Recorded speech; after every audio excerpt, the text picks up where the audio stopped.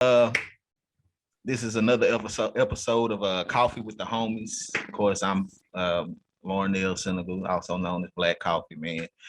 And today I have with me a cat that I've been knowing through some acquaintances, specifically my wife and her sister. I met this cat some years ago. Real cool brother.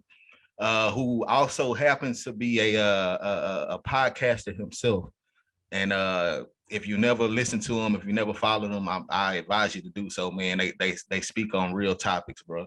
And this is one of the reasons why I wanted him to come join me today, because of the topic I wanted to discuss. Their podcast is The Floor Is Yours. Am I correct, Gerard?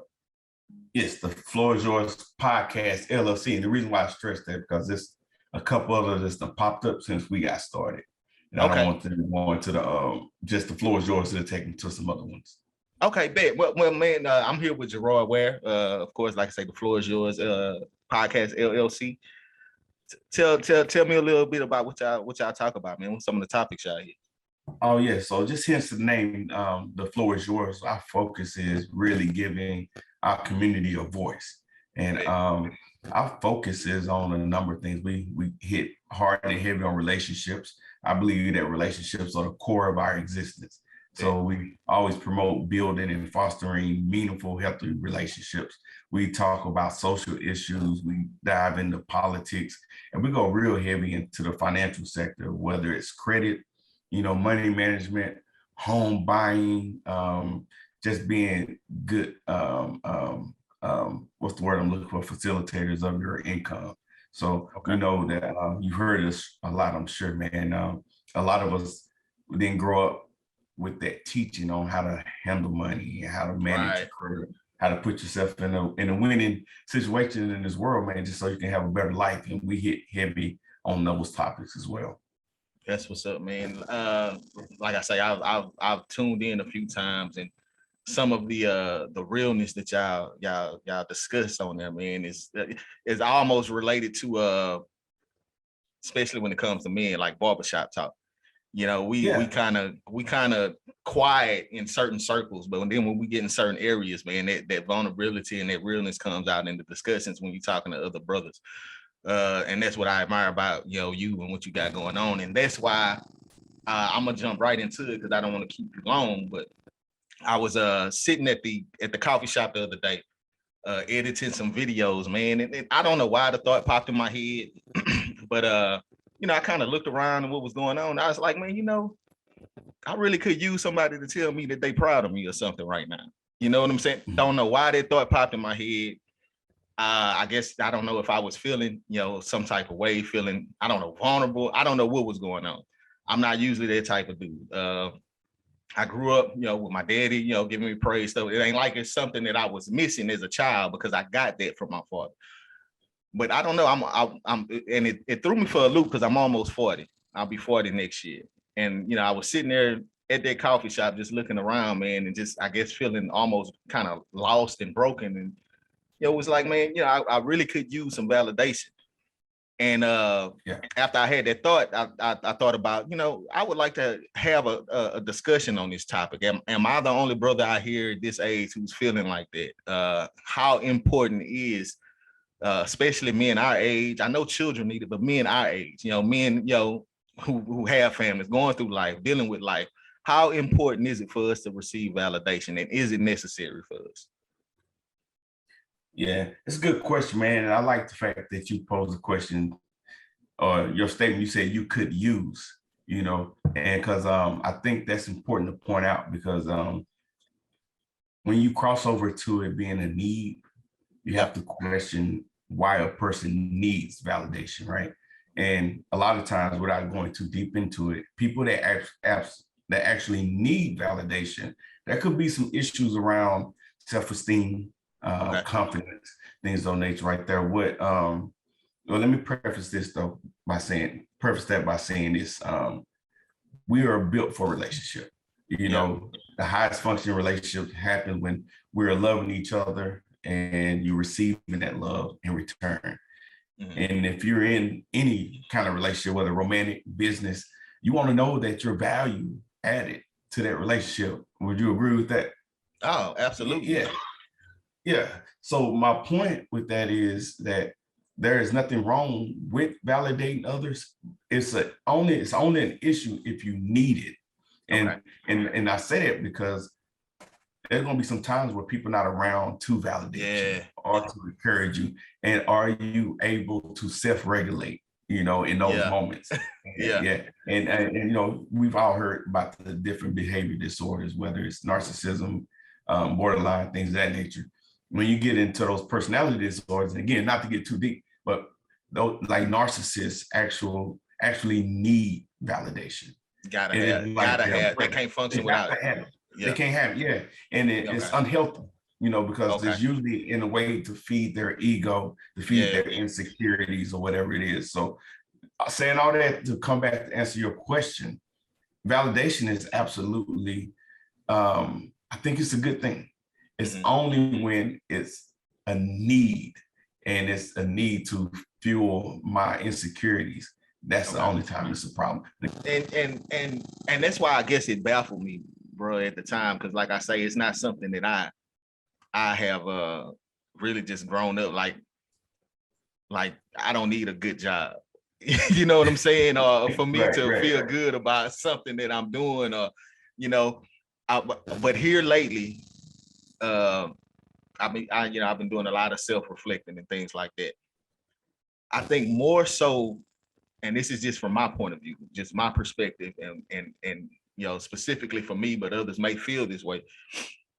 It's not so much that I'm looking for a pat on the back or anything like that, but sometimes your boy be so lost and so off track sometimes in life, and made so many decisions that got you in the place that you're in. Yeah. Sometimes I feel like I'm looking for somebody to confirm or validate that I'm on the right path.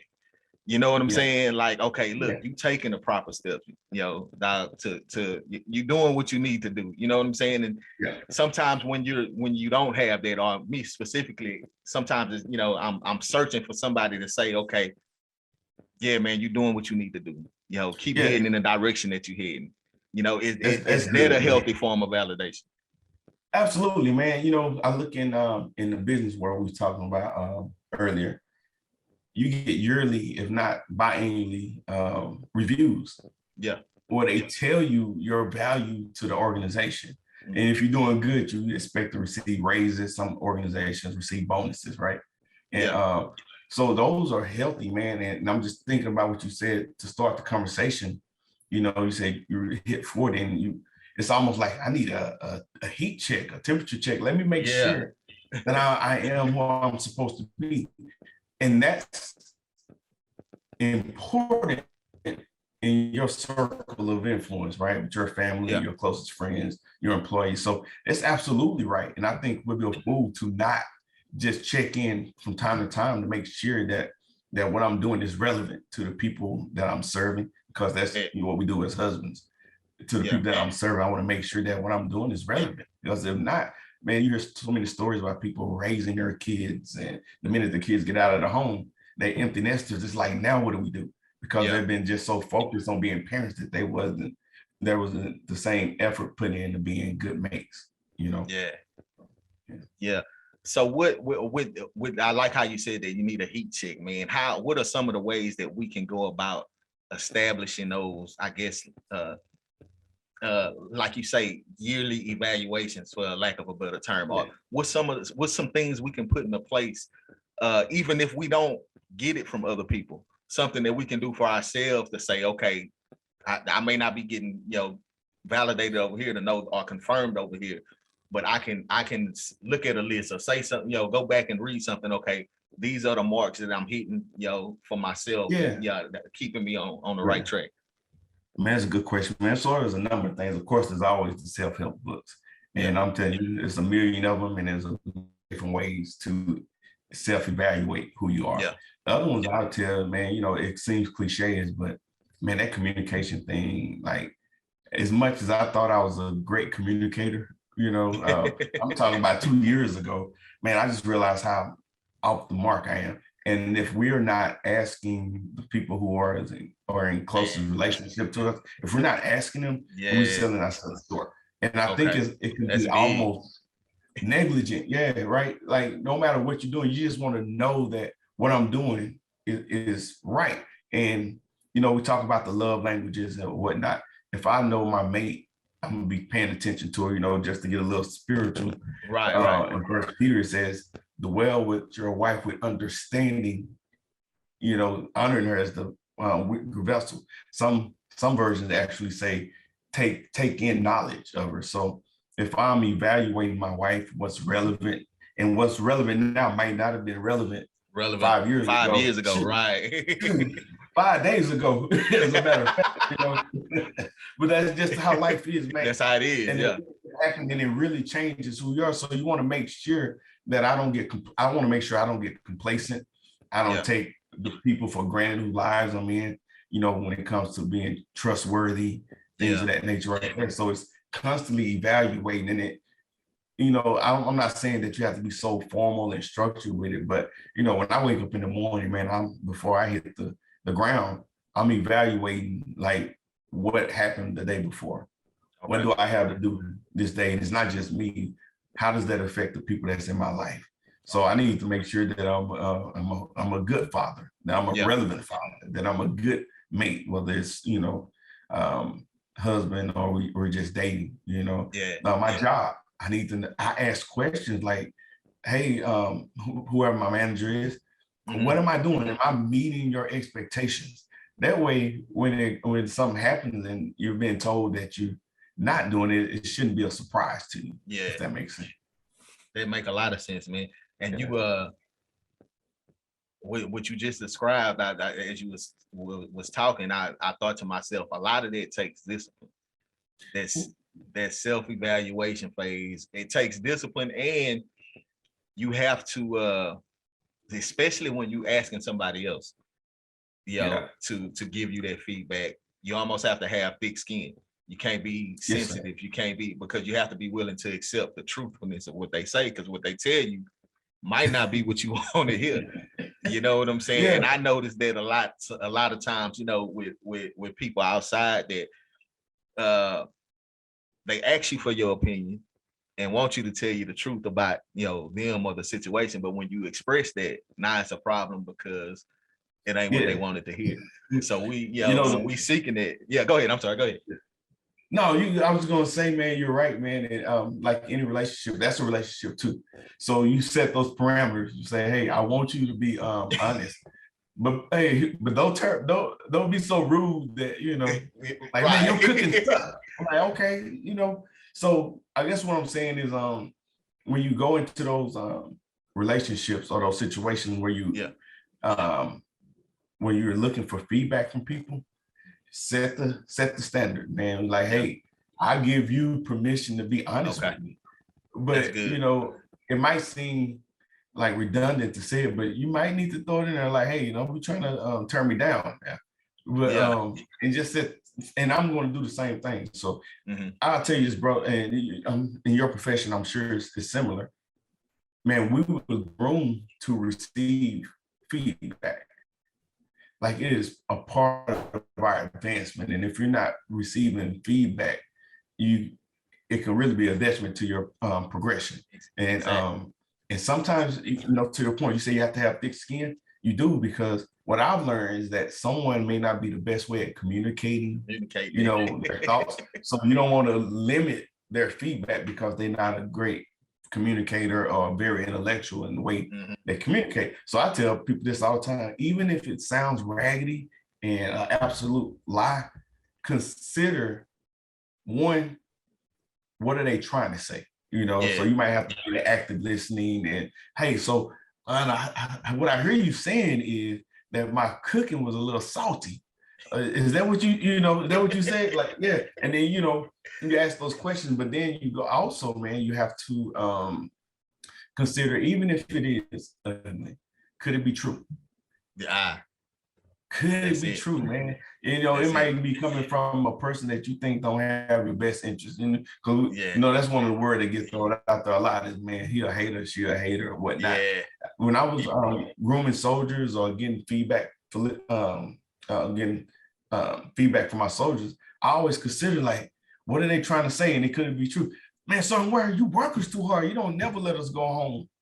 I'm like, what are you talking about in my mind? Like, you just went home early yesterday and then 2 days last week. So now I'm like, okay, let me understand what it is that they're really trying to say. And that's what we have to do when whenever we're soliciting feedback from people. Like, ask for open, honest, and candid feedback, but you also got to try to figure out, if I don't hear what I think I want to hear, or it may not be true, what is it they're trying to say? Or maybe it's a blind spot for me that I don't know that's actually the truth, but I thought I was the best cook on this side of the Mississippi, man. But my gumbo is all the meat is tough and it's soft and heavy, but so again, man, it's just being able to listen and consider that even if it's not what I want to hear, that it could be true. Man, it's funny you say that, because this like the third time I've heard it, expressed in different ways here, like in the past couple of weeks. And I was reading, what book was I reading here recently? I'm reading several. I think it was Tony Evans' books. I think it was Kingdom Men. But he kind of addressed that as well. And getting, criticism from people and feedback from people. And like you said, even if it's not what we want to hear, or even if we think that it's coming from a negative place, sometimes we have to learn to chew the meat and spit out the bones. Because because some of the stuff that they saying, even though we think it's coming from a negative place, some of it may be legit. So we have to learn to separate the feeling behind it to the truth of it.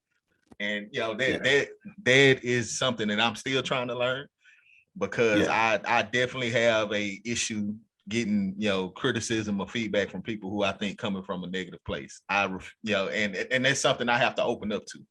That's tough, something I have to learn to do. It takes some maturity. And here's the other thing too, man. Just say, for the sake of conversation, that what they're telling you is an outright lie. It's not true, and it almost want to make you say they ain't even open for discussion. I know it's lie. So now, as a leader, you got to deal with perception of others now.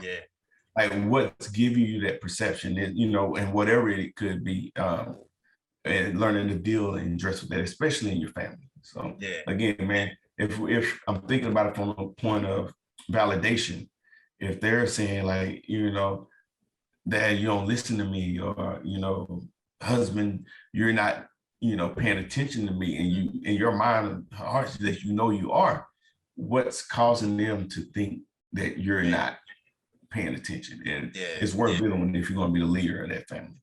And that takes is what I'm learning too, man. That takes for us to sometimes step outside of our perspective and kind of try to see things from their point of view. And like you say, our professions kind of line up in what we do. Something that I've learned is to be an effective communicator. Sometimes I have to look at it from your point of view.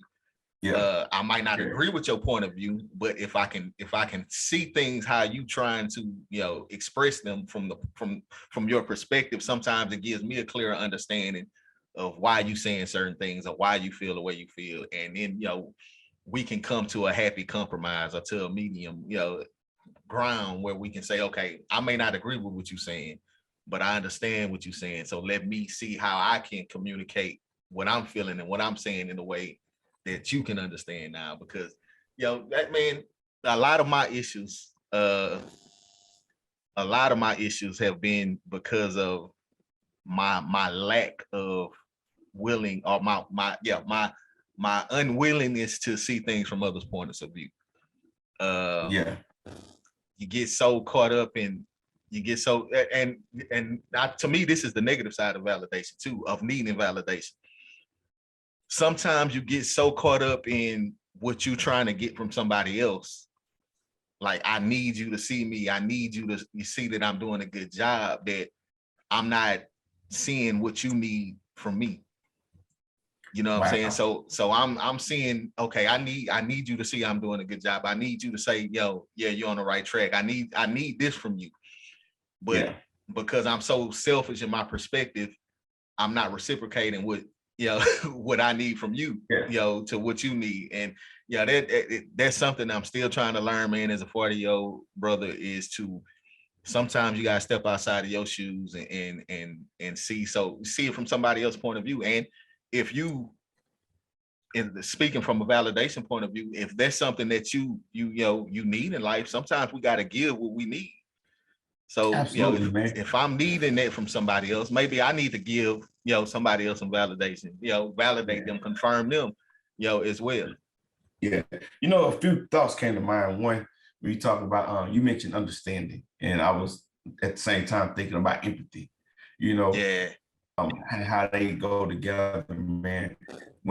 Sometimes when we're in these discussions with each other, we get so hung up on trying to convince someone versus trying to get them to understand. And those Yeah. are totally different. If I can understand you, like, to your point, I might not agree, but if I understand, that's okay. And that keeps us from thinking it's an either or in these discussions. Sometimes, man, we make these opposing views when they can really coexist. If that makes sense. Yeah. Two things can be true at the same time. Absolutely. Yeah. And what you just said kind of alludes to that, when you was like, I need validation, or I want validation, but that don't mean that the other person can't get it simultaneously, if that makes sense.